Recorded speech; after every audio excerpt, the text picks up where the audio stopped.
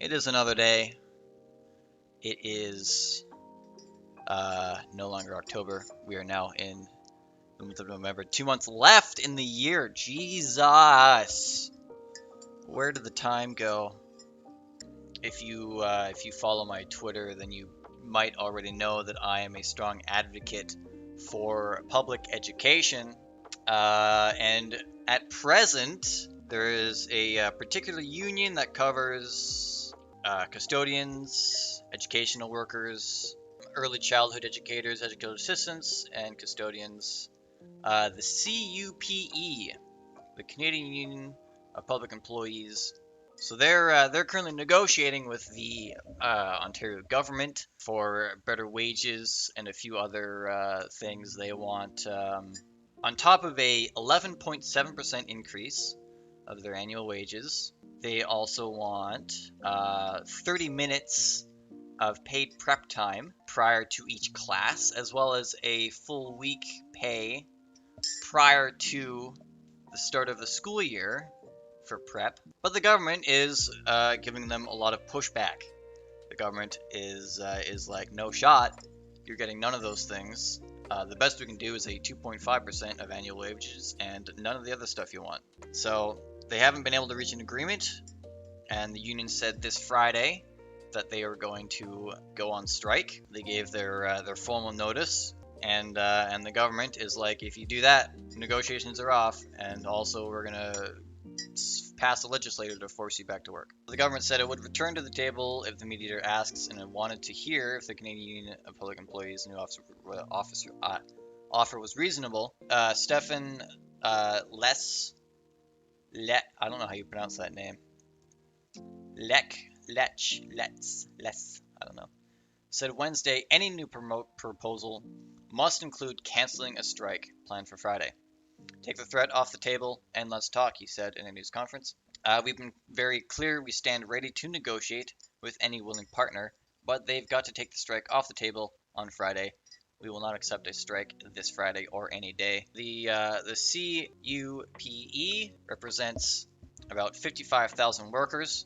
The Ontario government introduced a bill, which they're hoping to pass this week, to impose a contract on the education workers and ban them from striking upon threat of steep fines. CUPE negotiators presented a counteroffer late Tuesday night in response to the imposed contract terms in the legislation.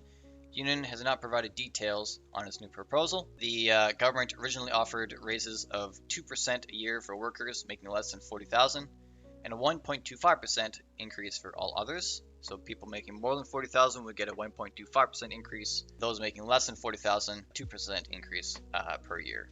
For those of you who cannot do quick maths in your head, let me tell you that 2% for those making under $40,000 is not a lot. CUP says its workers make an average of $39,000 a year. A 2% increase barely breaks $40,000 a year. The CUPE wants 11.7%. This would lead to an annual income up to just under $44,000 a year. Now, it is important to note that Ontario is a very expensive province to live in, especially Toronto. Toronto is the most expensive Canadian city to live in, with Vancouver, my city, being second to that. $2,000 a month for one person, and if you have a family of four, then you're looking at obviously a much larger place, perhaps a 2 or 3 bedroom house if you're lucky. Rent for that is going to be $4,600. On top of that, you have your food, your transport. If you're going to go with your entertainment, such as paying for internet, cable TV, streaming services, cell bills, all of that adds up to be a lot. It is more than even $43,000 a year.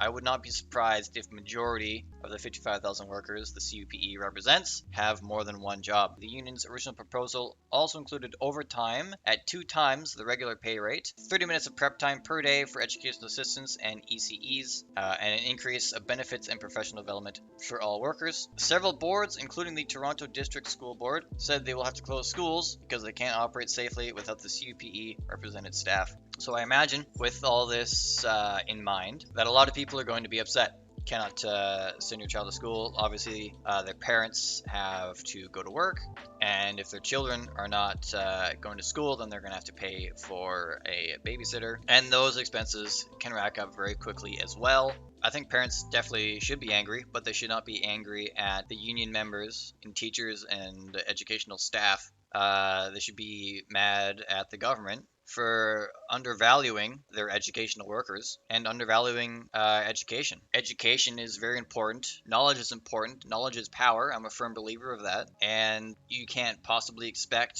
to, well, first off, parents do not teach their kids, well, I'm not saying all parents, but most parents don't teach their kids important morals. They don't teach their parents, or they don't teach their kids how to make it in this world, how to make money, how to survive, how to do basic functions as a human being. They rely on these public education institutions with understaffed and undervalued employees to teach their kids all the stuff that they need to know, which public education doesn't even do that, because the public education system follows a curriculum that is not set out by the teachers. The teachers have no say in the curriculum. The students have no say in the curriculum. The curriculum is set out by higher level board people that have probably not been to a school in like 30, 40, 50 years. And they definitely don't set out curriculums to include important topics that children need in order to be productive, happy, healthy members of society. It was not laid out in my curriculum. Finances, how to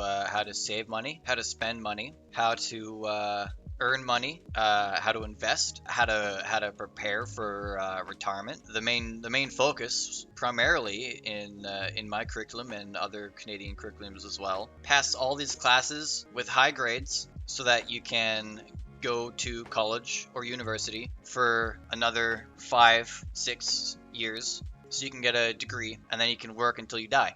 And there's also the added issues. Classroom environments are not designed to meet the needs of most young minds these days. Most classrooms still have your typical desks in a row with the chalkboard at the front, and you've got your usual, hour of the class, bell rings, go to your next class for an hour, bell rings, go to your next class for an hour. This is not an ideal learning environment. Studies have shown that this is not an ideal learning environment for a number of reasons. One, the environment is not engaging. Children are distracted, they're daydreaming, they're not paying attention because they're not interested in the material. The classroom environment is not engaging, it's not stimulating for the young developing mind. And also, I think that school days are too long. Most school days are about 7 hours if you include breaks in between classes. And studies have shown this as well, that you do not retain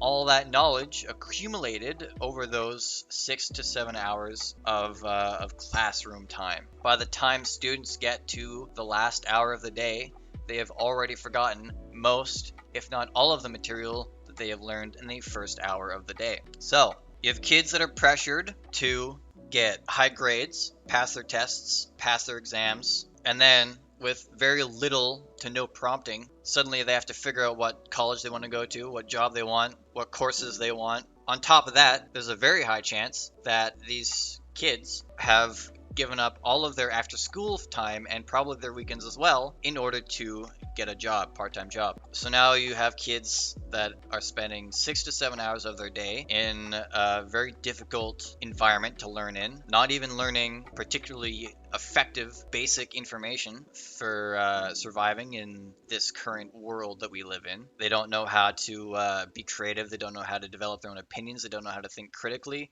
They don't know how to do anything of that sort. And then teachers, I'm sure all of us can name at least 1 or 2 teachers that would, talk straight for the hour and then give you a couple hours worth of homework that had to be done before the next class. And the teacher's like, oh, it's just an hour's worth of homework. And this might be the fault of the teacher, or again, it might be the fault of the curriculum. The curriculums are often so jam-packed that it is very difficult to teach effectively and adequately in the allotted amount of time. Hence why you have homework to begin with. But that is not to waiver the fault of the teachers entirely. There are some teachers that are quite ineffective at what they do. So you have this terrible learning, terrible teaching environment. classes that are giving each student about an hour's worth of homework each. So depending on the class structure, some students might have 3, 4, 5 hours of homework from different classes. And of course, they have no time to complete that homework because they are working a part-time job. Then they come home tired, exhausted, stressed, because not only of their working environment, that's a whole nother story, is working environments, but also the fact that they haven't done their homework yet and they need it, and they're struggling in their classes because they're overwhelmed. So they get a poor night's sleep, they don't get the adequate amount of sleep they need, then they wake up exhausted, and then they are once again struggling through 5, 6, 7 hours of school on poor amount of sleep, and it just snowballs. It snowballs out of control, and it's genuinely awful. So yeah, public education needs to change.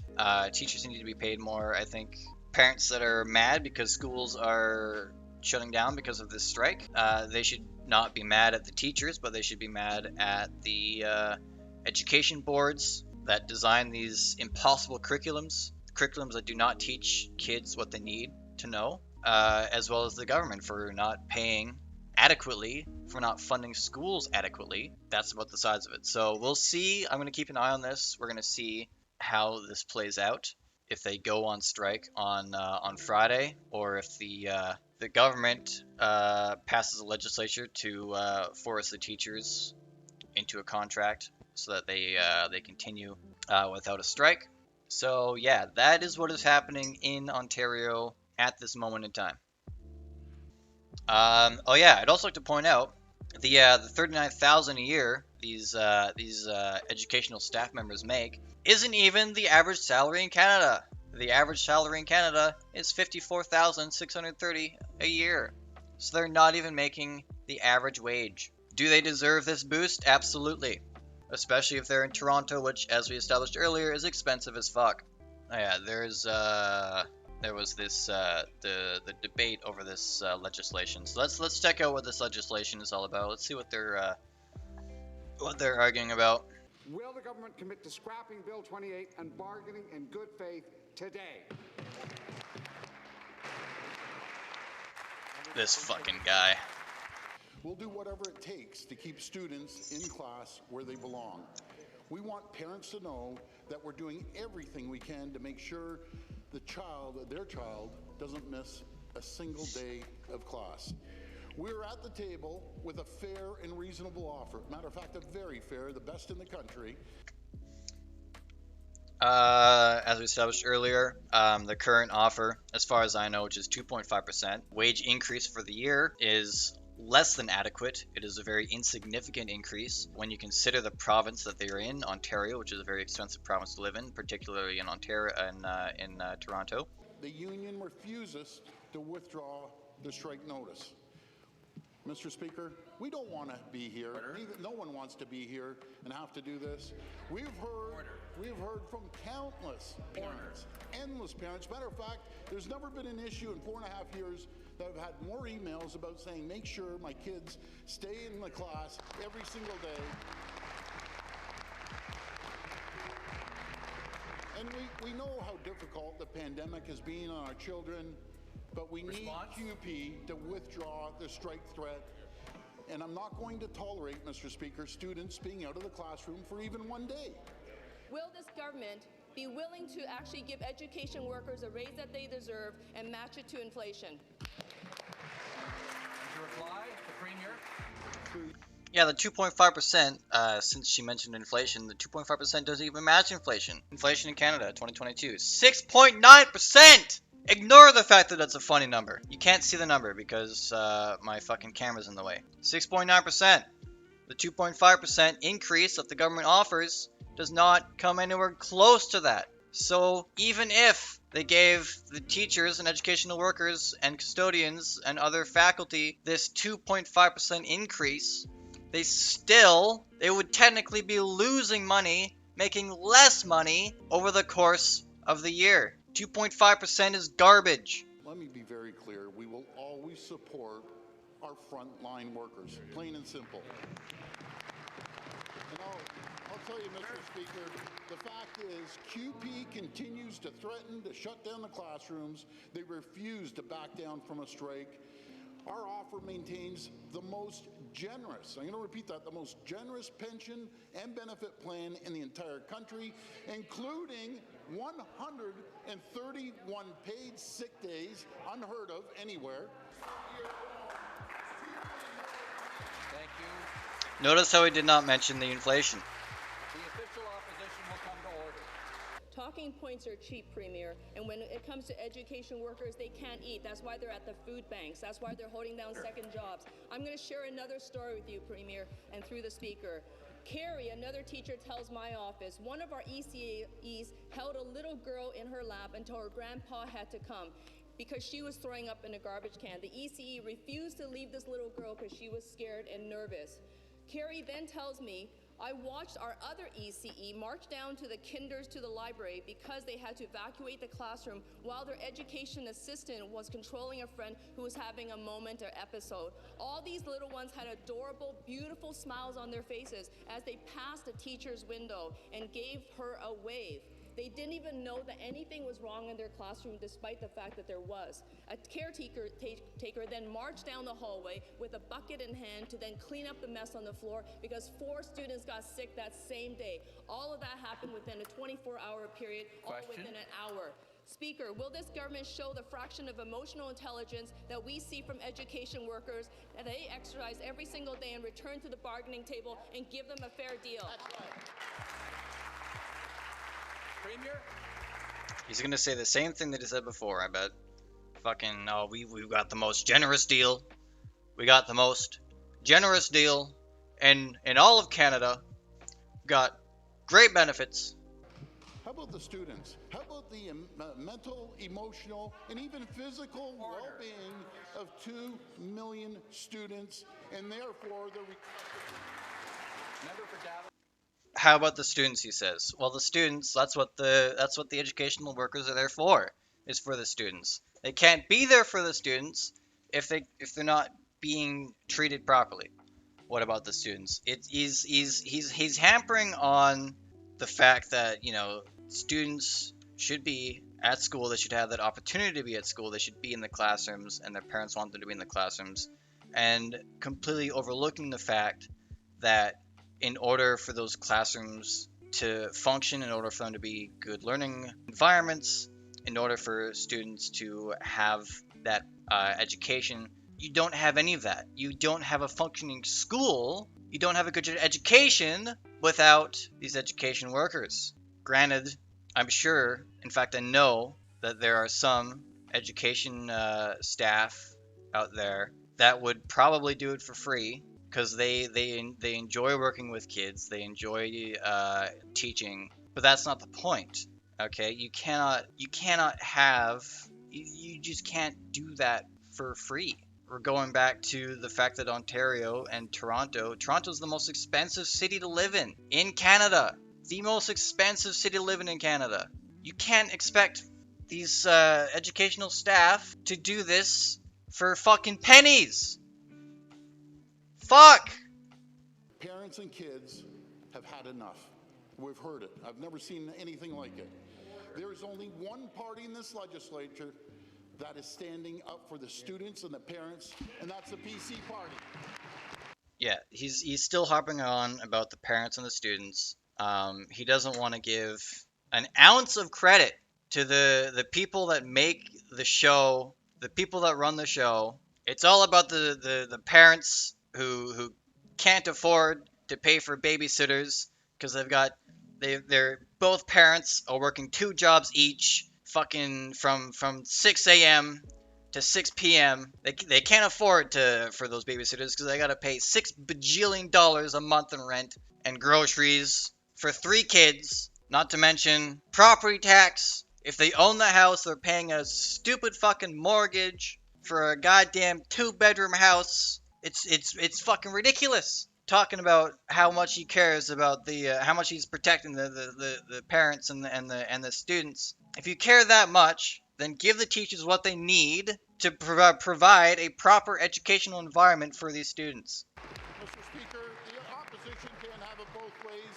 Either they support shutting down schools or they stand with this government and will support keeping kids in classroom. It's either strikes or students. Response. And we're with the students.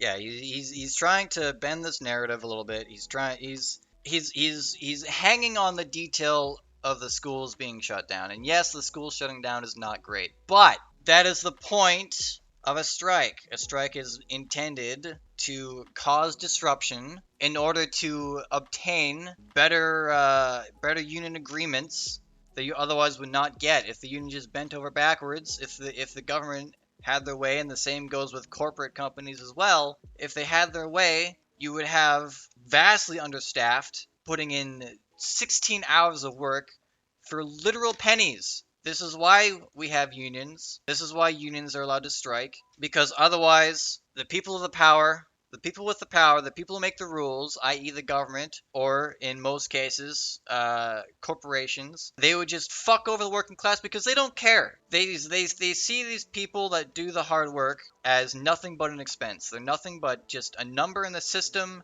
that every couple weeks a large amount of money has to go to, and they hate that. They hate giving money to people, and if they had it their way, they wouldn't. It would just be, people would be working for free if they had it their way. This is why we have strikes, and people who don't understand that, I implore you to just have an ounce of empathy for the people that are just asking for livable wages. That's it, livable wages, enough to live comfortably in these overpopulated cities, very expensive cities. I'm lost for words.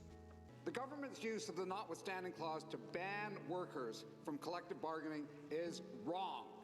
It's something the Prime Minister and I seem to agree on, and I don't agree with him on almost anything. Here's what the Prime Minister had to say. You're a good buddy. You're a good buddy. The suspension of people's rights is something you should only do in the most exceptional circumstances. And I really hope that all politicians call out the overuse of the notwithstanding clause to suspend people's rights and freedoms. Minister of Education has the floor. Order. Speaker, we have been clear. We believe children should be in school. They have been through 2 incredibly difficult years. They have been through the most difficulty in modern history. We have an obligation to ensure stability. We asked the union to bring forth a proposal that withdraws a strike on Friday. We gave them multiple opportunities to do so. And yesterday night at 10 p.m., hearing from the mediator and through Member the media, for Davenport, come we're to going to order. proceed with a strike that no one wants and no one should accept. Mr. Speaker, Member for Sudbury, come to order. The Premier made it clear we shouldn't be here. Response. We obviously would prefer a negotiated settlement, but so long as a strike is on the table, the government will move forward legislation that protects stability. They don't want to negotiate. They don't want to negotiate. They don't want to give the education workers the wages that they want, that they need. If you repeatedly ignore. They alone have put themselves on a footing for a strike on Sunday when they announced 5-day notice to strike, impacting 2 million children. We believe that is unacceptable and incompatible with the priorities of parents who believe stability is critical at a time of learning disruption and the pandemic. We have an obligation to ensure they stay in class. And Mr. Speaker, so long as the union regrettably proceeds with this unacceptable strike, the government will have no choice but to proceed with legislation to avert a strike and keep these kids in the classroom where they belong. Toronto St. Paul's, come to order. So it does not sound like the government is willing to budge on that legislative move. So I imagine they're going to push for it as much as they can. So it all depends on whether or not that legislation actually goes through. Well, as it stands, it's had its second reading. Does not seem like it has gone through yet. So I'm going to keep an eye on that. But we were really hoping that they would withdraw their strike vote. Their strike on Friday that will affect 2 million kids. They have not done that. As you know, they are confirming that they will proceed with the strike. And I think that's really unfair. The reason why we introduced legislation. Yeah, it's really unfair that these teachers and educational workers want reasonable living wages to be paid to them. It's definitely so unreasonable. How dare these people not be willing to teach kids, teach according to curriculums that aren't even that great to begin with, in educational environments that aren't that great. How dare they want to be paid for that? What I think parents and the public are quite concerned about is the idea that there would be another strike after 2 years of a pandemic, after strikes that just happened 3 years ago in Ontario. I think that is a deep concern for parents of this province who've seen their kids set back because of a great deal of regression in mental and physical health, social, emotional health, and academics. And so my hope. It's funny that he mentions social health or mental health, physical health, and all that stuff. When, as I had talked about earlier, both the kids and the students, students particularly, having to deal with the long school days in understimulating teaching environments. They have to give up all their free time, their social time with their friends and their family in order to make money to pay for their future educations, should they desire to do such. Then you have the teachers who, as I said earlier, more than likely have additional jobs because less than 40 grand a year is nothing. It's nothing. It's not even the average for Canadian income. It's not even the average. Fucking hilarious of him to talk about the mental and physical well-being. The government has no choice but to pursue the legislation. In the absence of moving this legislation through the House on an expedited basis to get there by Thursday, we seek to avoid a strike on Friday. If they really wanted to avoid a strike, they wouldn't be going against the constitutional right to strike by forcing these workers back to work, and would actually be trying to negotiate something that everyone could be happy with. But no, they would rather waste everyone's time by pushing this legislative act rather than spend the time to negotiate. That's all they have to do. If they wanted to prevent a strike, then they could negotiate with the union. But no, they'd rather push this legislative act to force them back to work. Because then you have them going back to work on their old agreement, because you can't work without. They would be forced back to work, basically under a contract, and then they can just waste all the time they want with the negotiations. I don't think they don't want to negotiate.